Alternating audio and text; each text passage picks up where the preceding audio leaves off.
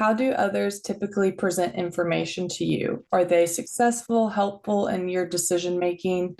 What is good about their approach, and what could you change about their approach? Often given bits and pieces of information, but not really the whole story.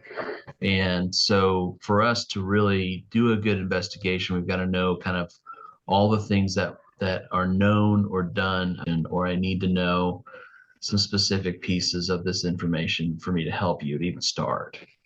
Do you have any pet peeves about others communicating with you in formal professional settings like a presentation or a meeting? How about, I guess, like more informal one-on-one interactions? Really bugs me, particularly in presentations and presenting information, is not pausing enough, not giving room for people to give feedback. Because sometimes you don't want to give a big blank, empty, quiet space where everybody feels uncomfortable, but you also don't want to ramrod through a bunch of stuff. How do these different pet peeves inform your perceptions of the other person? Do you know if others in your organization share your same perception? Do you think these perceptions are accurate? Cases, you come across different types of people, and you just understand, they've got different skill sets, and presenting may not be one of them. Just help them along and trying to get them comfortable. You're in a presentation, you're communicating something to me that you feel is important to me. I'm trying to understand it.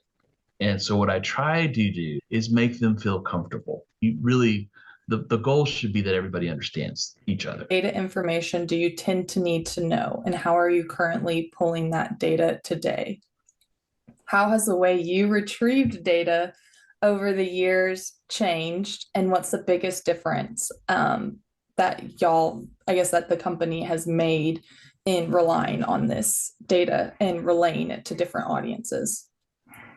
Be in olden times, we had Excel, and we could get a CSV file if we were lucky, and we tried to do some concatenation and some VLOOKUPs and finally get to some type of solution. But that's just no longer doable now. It's not, if you do that, you're going to be in the dark, really. And you're going to be looking at information that has already been done that doesn't really give anybody any insight. So where we're at today is trying to figure out the nuances of all these bits of data. It's not enough to know that something happened. It's now important to know how it happened. It's important to happen. What's the trend of this one thing happening versus something else that's happening? And so finding not just the main attribute, but all the other attributes tied to it, and categorizing those and understanding those in a way that gives you a fuller picture of what's really helped us make decisions and convey information to not only our internal people, but also to our vendors. There was a recent situation this past month and a half where we installed new hardware in the trucks, and that data was presenting different information in one of our data dashboards. And we knew immediately when we put that new hardware in, this data changed. Mm-hmm. We knew that before the vendor knew it. So, and the other thing, and why we knew it before the vendor knew it, is because, and this is the other thing that's very different now than it was a year or two ago. We're now in like this world where it's, if it's not near real time or 15 minutes ago, it might as well have never happened. Mm-hmm. And that has truly changed the business completely for us, because now when something bad happens or someone fails at something, they get immediate feedback that it's not working right.